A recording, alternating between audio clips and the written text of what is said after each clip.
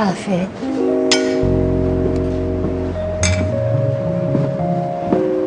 Are you okay? I feel bad for you. I'm fine.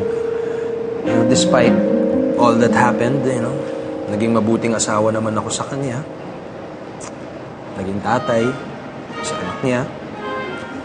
Minahal ko sila, sinuportahan. Nagpakababa ako. Nagpakamartir. Oh, I'm sorry. I'm sorry, Alfred.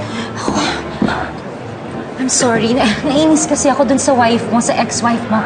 I'm sorry, nabigla lang ako. Apektado ako masyado dun sa kwento mo. I'm really sorry. Are you okay? Yeah. I'm fine. It's okay. Ako pa yata yung dapat mag-sorry sa'yo and stress ka pa sa mga kwento ko. I'm really sorry. Ang lungkot pala ng married life mo. The funny thing is, halos pareho tayo ng nakaraan. What do you mean? Ano naman yung nangyari sa'yo? Ganun din, infidelity issues. Kaya nga, nadala na ako na pumasok pa sa isa pang relasyon. Kaya kita mo, hanggang ngayon, dalaga pa rin ako.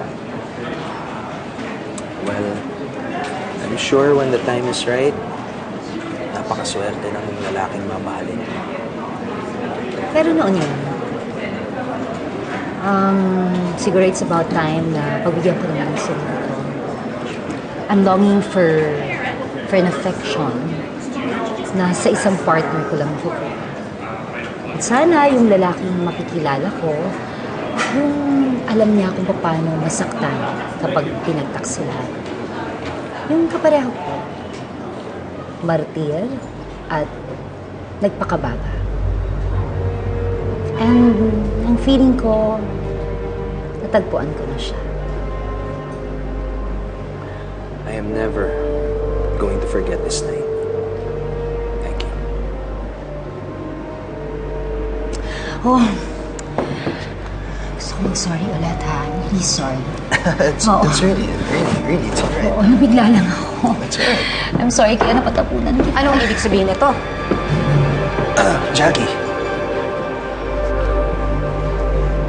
Jackie.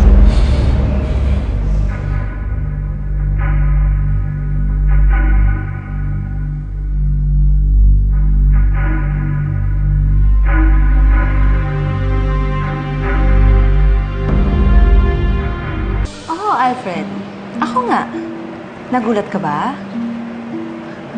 Ngayon, sabihin mo nga sa akin, itong itsurang ito ba ang ipapalit mo sa malanding babaeng yan? What are you talking about, Jackie? Oh, come on, Alexa. Huwag ka na nga magmalinis dyan. Huling-huli na nga kayo eh. Ang kapal din naman ng mukha mo, no? Akala ko ba disenteng babae ka?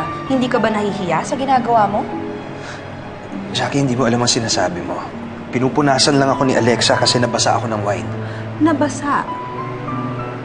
At bakit ka naman nabasa? Ibig bang sabihin nito, merong nangyari kanina na hindi ko pala nakita? Jackie, tumigil ka na. Nakakaya sa mga tao. Nag-ieskandalo ka dito. Nag-ieskandalo. The nerve naman na magmalinis ka, Alexa. Kitang-kita ko nilalandi mo si Alfred. Eh, kulang na nga lang, di ba? Pumulupot ka sa asawa ko. Asawa? Okay, fine. Hindi ko siya asawa. Boyfriend ko lang siya. Wait, Pero kami pa rin ang may legal na relasyon. Jackie, tama na, right? Legal, Jackie. Nothing binds you together hanggat hindi kayo kasal ni Alfred.